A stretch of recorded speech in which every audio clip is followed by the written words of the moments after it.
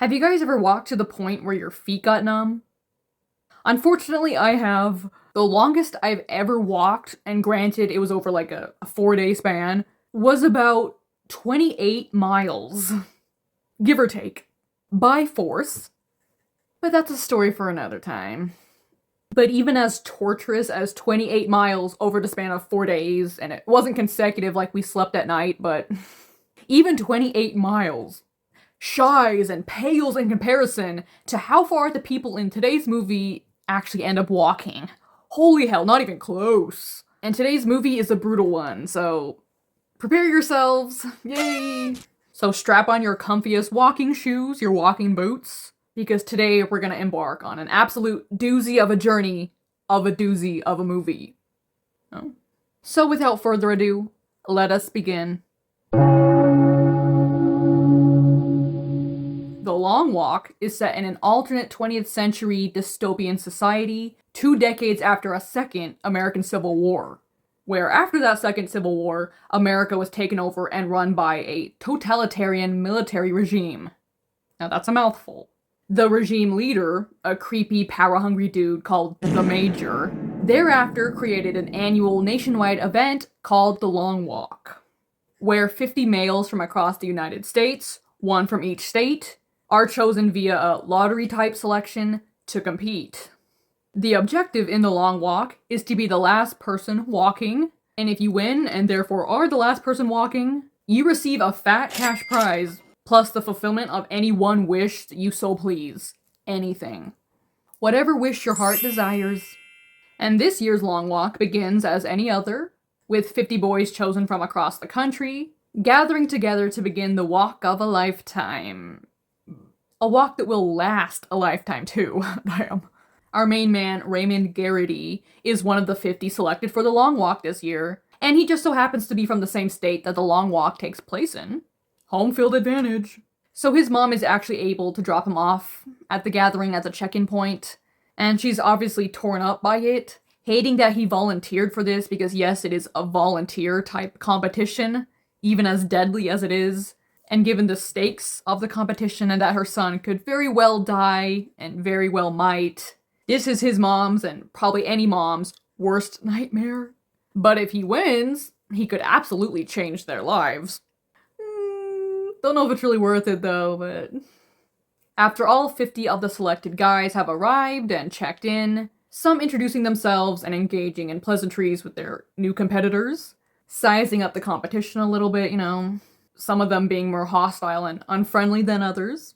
The Major then arrives on scene. Da-dum. The intimidating and almighty, all-powerful Major himself starts barking out a roll call and handing out dog tags with their assigned numbers, as well as pedometers and I guess speedometers, so they can not only track steps, but especially how fast they're going.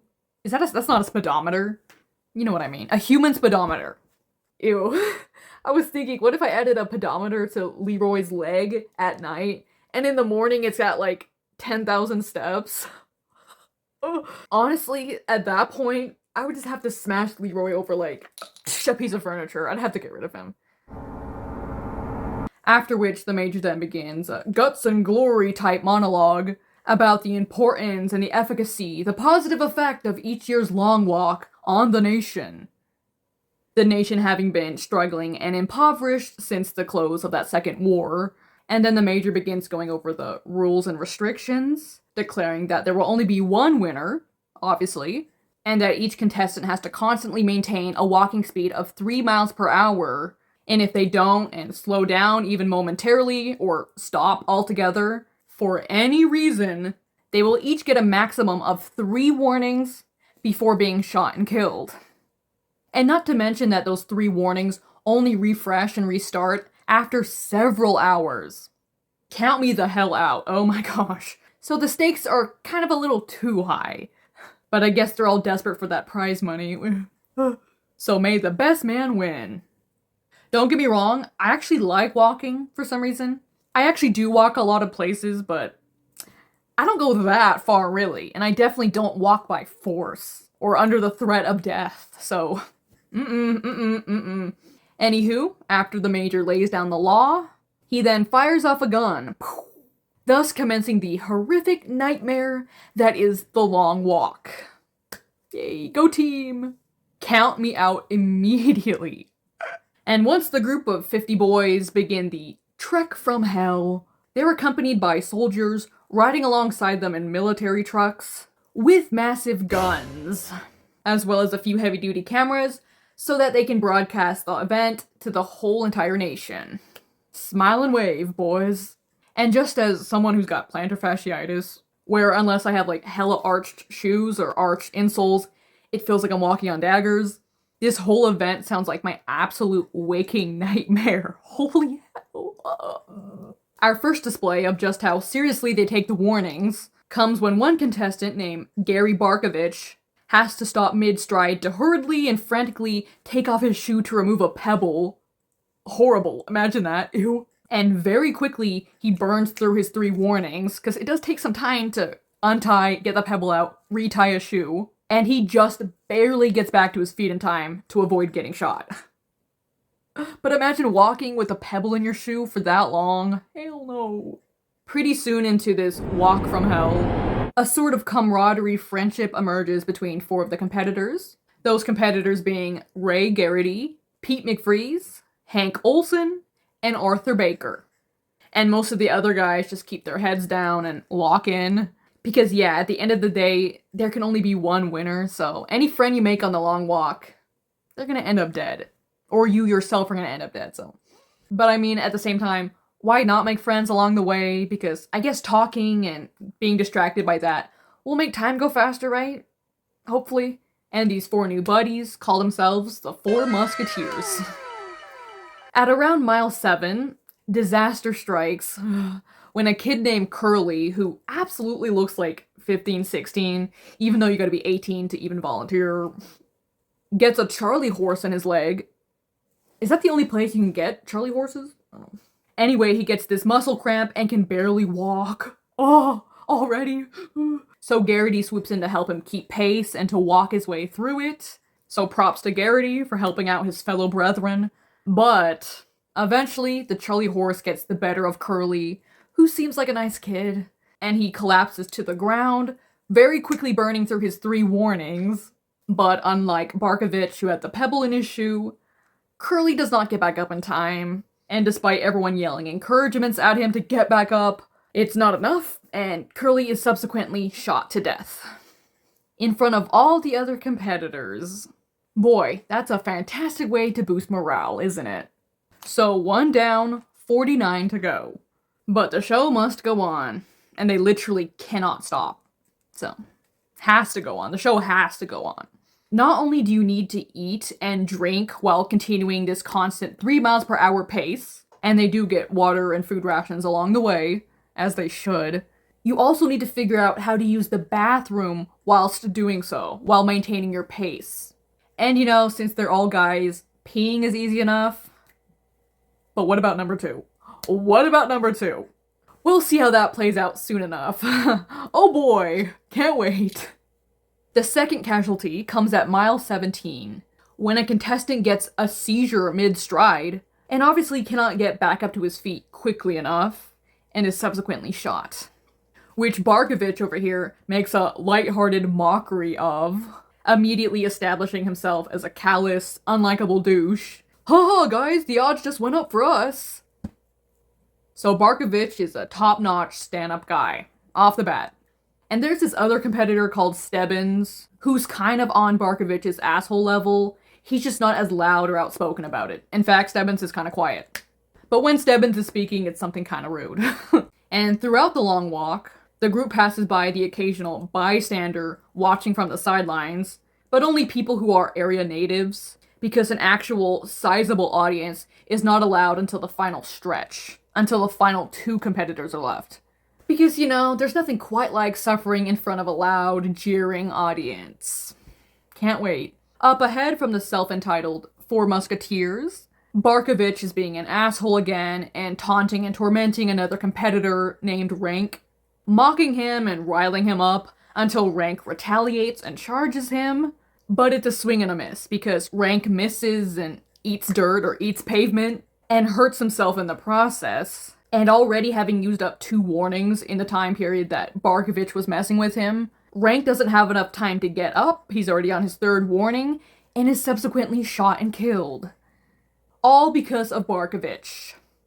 Rank's death is absolutely on his head, and Baker, who's one of the 4 musketeers, as well as the other competitors, are not shy in letting Barkovich know that. As they should. But of course, Barkovich plays the victim and denies culpability. He charged me, it's not my fault. But obviously, no one is on his side. Asshole. So 3 down, 47 to go. But now it takes another awful turn. Remember what I said about the number 2 earlier? Oh, I hated this scene. You're gonna hate it too, so... A dude up ahead of the 4 musketeers has unfortunately gotten a case of the runs. The last thing you want to happen in a situation like this. Oh.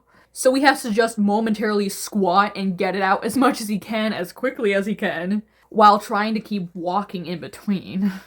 Actual hell on earth. Oh. Not to mention the piles of stink that the guys behind him now have to dodge.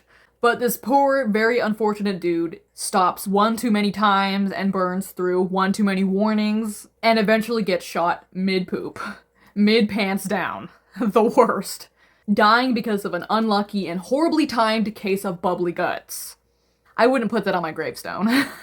To make things even worse, shortly thereafter, at mile 35, the major stops in for an encouraging speech to build some morale, and to keep those hopes up, despite it now fading into nightfall. So they've literally been walking all damn day. All damn day. Garrity somehow manages to slightly doze off mid-stride.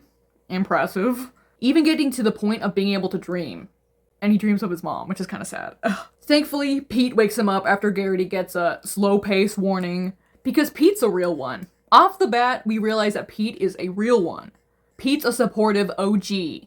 Even when exhaustion and nerves prompt Garrity to pretty soon after lash out at him after Garrity gets his 3rd warning. But Pete doesn't take the verbal lashing to heart, he gets it.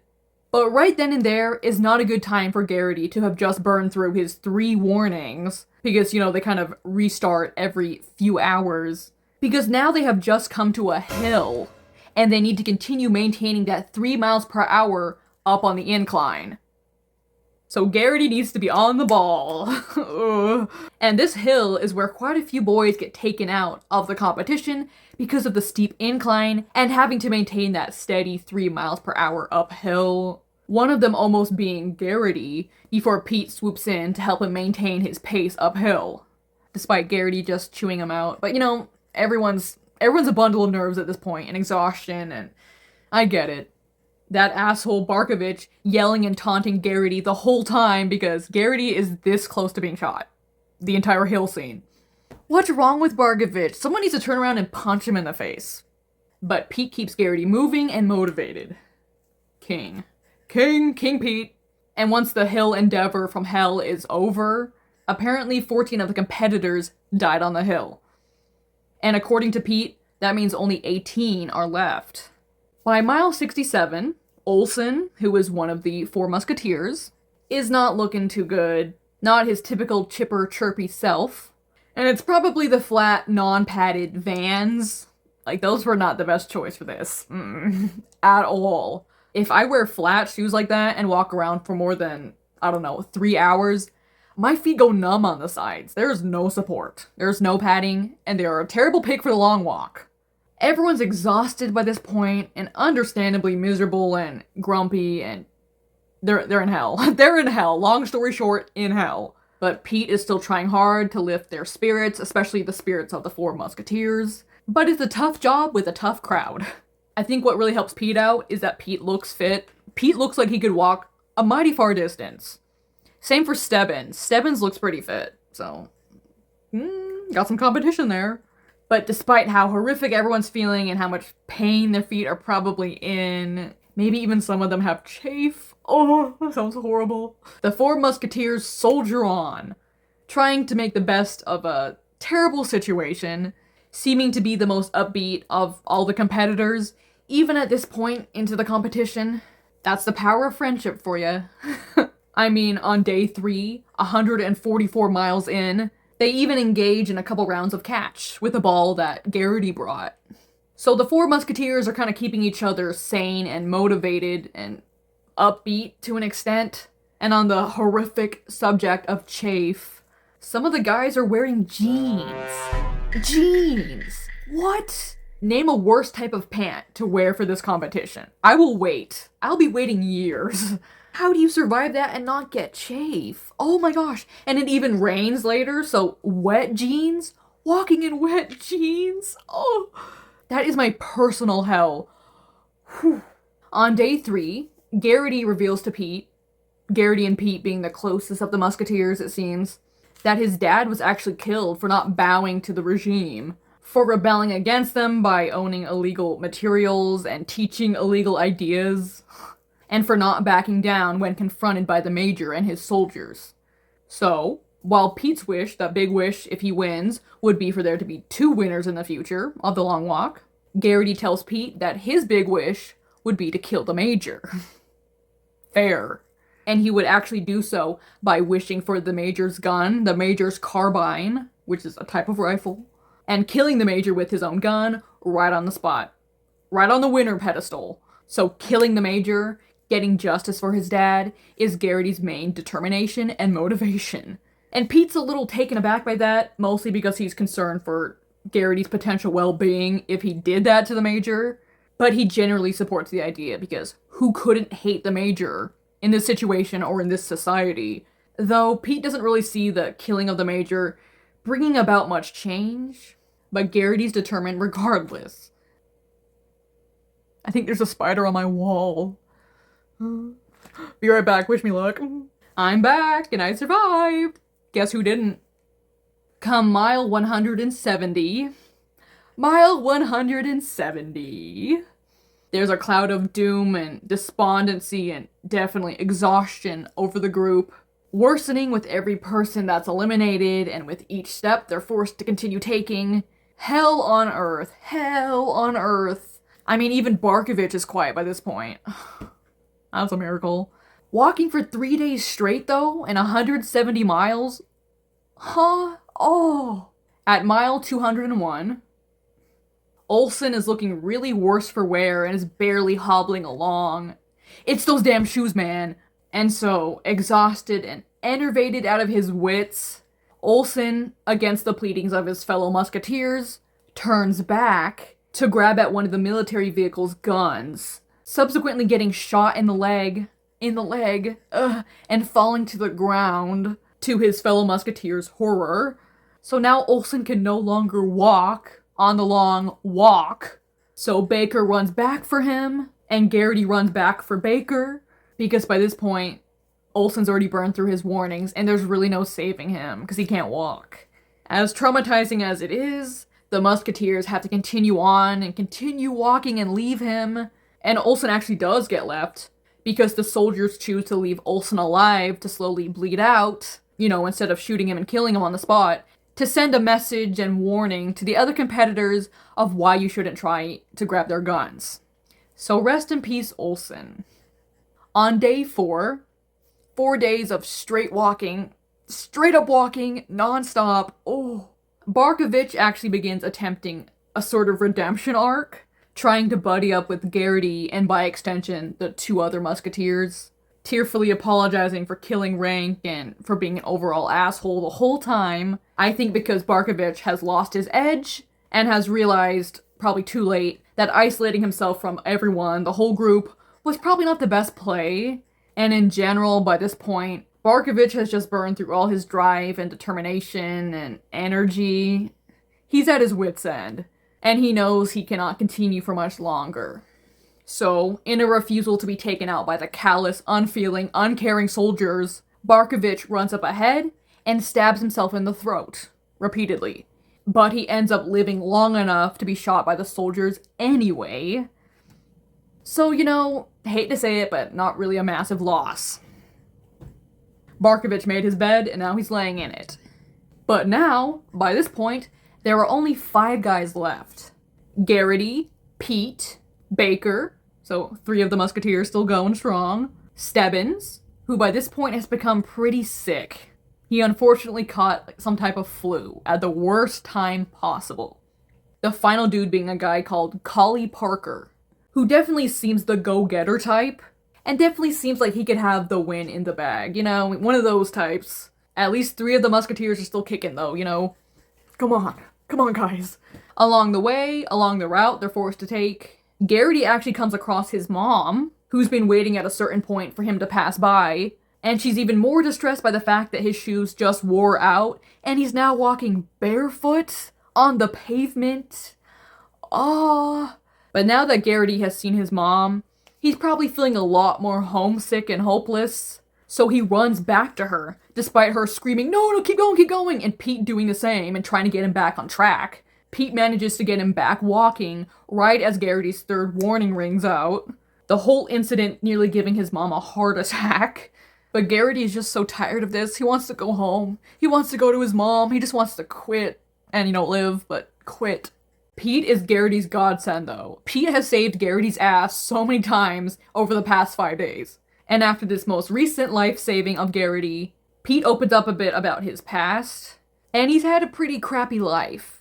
Pete reveals that his parents both died while he was very young, and that he was thereafter sent off to live with his abusive alcoholic uncle, who also ended up dying, subsequently leaving Pete homeless and destitute.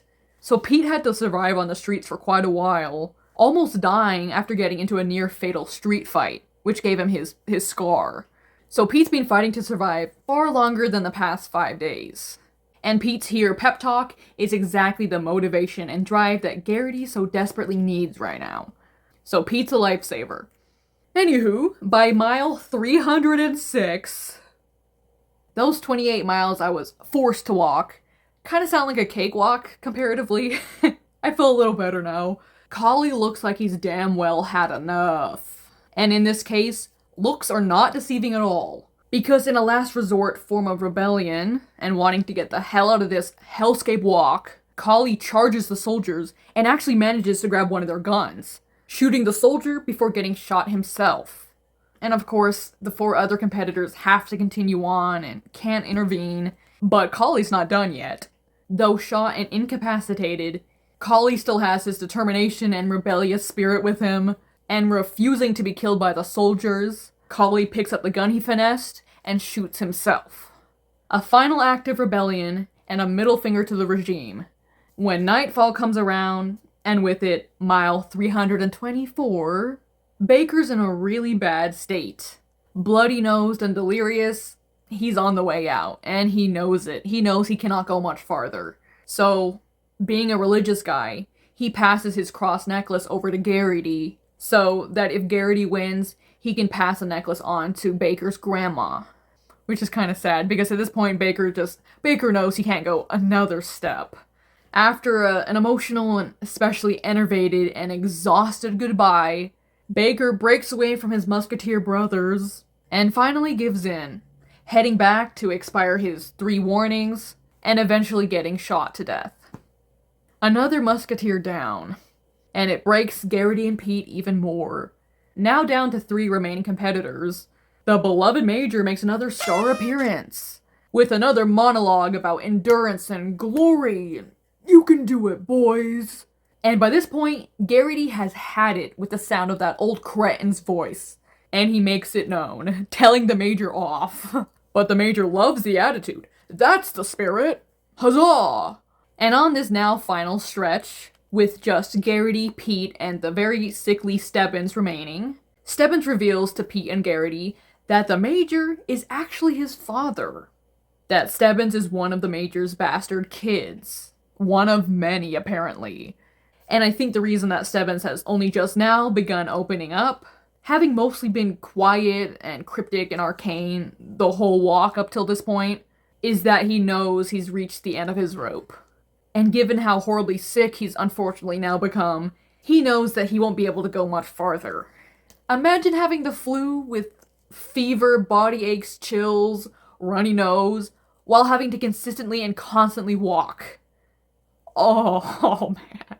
Stebbins has done very well to last this long, my gosh. Even though Stebbins started as a solid competitor and solid competition, given that he's strong and seems very fit, this horrible flu caught him off guard, out of left field, so he just can't continue like this.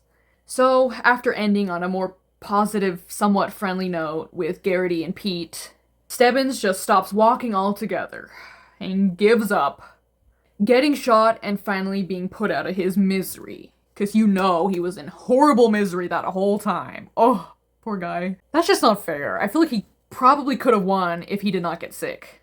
So now it's just Pete and Garrity left. Two halves of the Four Musketeers. A 50-50 chance at winning. At this point, it could be either one's game. Now in the pouring rain, at mile 331, Pete and Garrity are joined by a loud, excitable audience for the final stretch of the long walk. The final stretch of the competition. The audience frothing at the mouth to see who the final winner will be. Garrity or Pete? Pete or Garrity? But as Pete and Garrity are strolling along, finally at the final leg of the game, Pete just stops, getting down on one knee. No. Sound like a marriage proposal. Pete gets down to his knees, offering the winning position to Garrity for the sake of Garrity's mom. Because I guess Pete feels like he has no one to win for, but Garrity does. Absolutely refusing to let Pete sacrifice himself for him, Garrity drags Pete right up back to his feet, right as both of their last warning rings out. And Pete's like, "What are you doing, Garrity? Just take the win." And Garrity says, "I can't. I'm just being a brother to my brother." Ugh. Though hesitant and just wanting Garrity to win to be able to return home to his mother, Pete agrees to keep walking, to keep going for his newfound brother.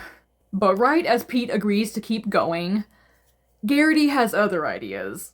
Because as soon as Pete is back on pace, Garrity subtly lets go of Pete and stops walking himself. And because they both used up all their warnings right when Pete stopped just before, Garrity is shot almost immediately after stopping. Pete, of course, is shocked and rushes back to Garrity, but Pete is quickly escorted and dragged away by the soldiers, right as the Major walks up to Garrity and points his gun at him. And Garrity's final words are, "I'm sorry, Mom," right as the Major shoots him dead. Right on the spot. After all of that, after all those 5 days of hell, Pete is absolutely devastated, understandably. That's his new brother. And although Pete has now just technically won the long walk, all he can feel is overwhelming grief and loss for his friend Garrity. A brotherhood short-lived. The Major then stalks over to Pete, congratulations in tow, telling Pete he's just earned the fat cash prize and that one mega wish, where Pete can wish for anything his heart desires.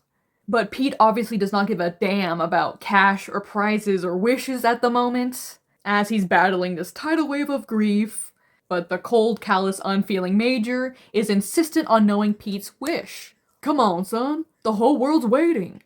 Teary and grief-stricken, Pete gets up to his feet and says that his wish is to get a carbine, a rifle, to, pass on to his kids one day.